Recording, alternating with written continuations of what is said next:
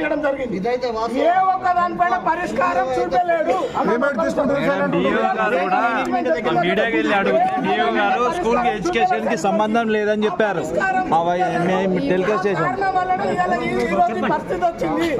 Media కూడా DO గారు school education సంబంధం లేదని చెప్పారు.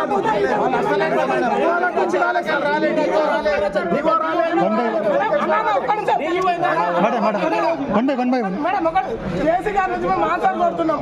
డిఓ గారి పైన ఎంఈఓ గారి పైన ఏమైనా చర్యలు తీసుకుంటారా లేదా? ఎందుకంటే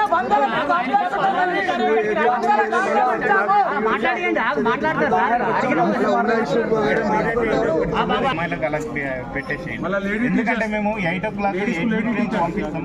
నైట్ 8 o'clock వస్తారు. జవాబు చెప్తారు ఒకసారి.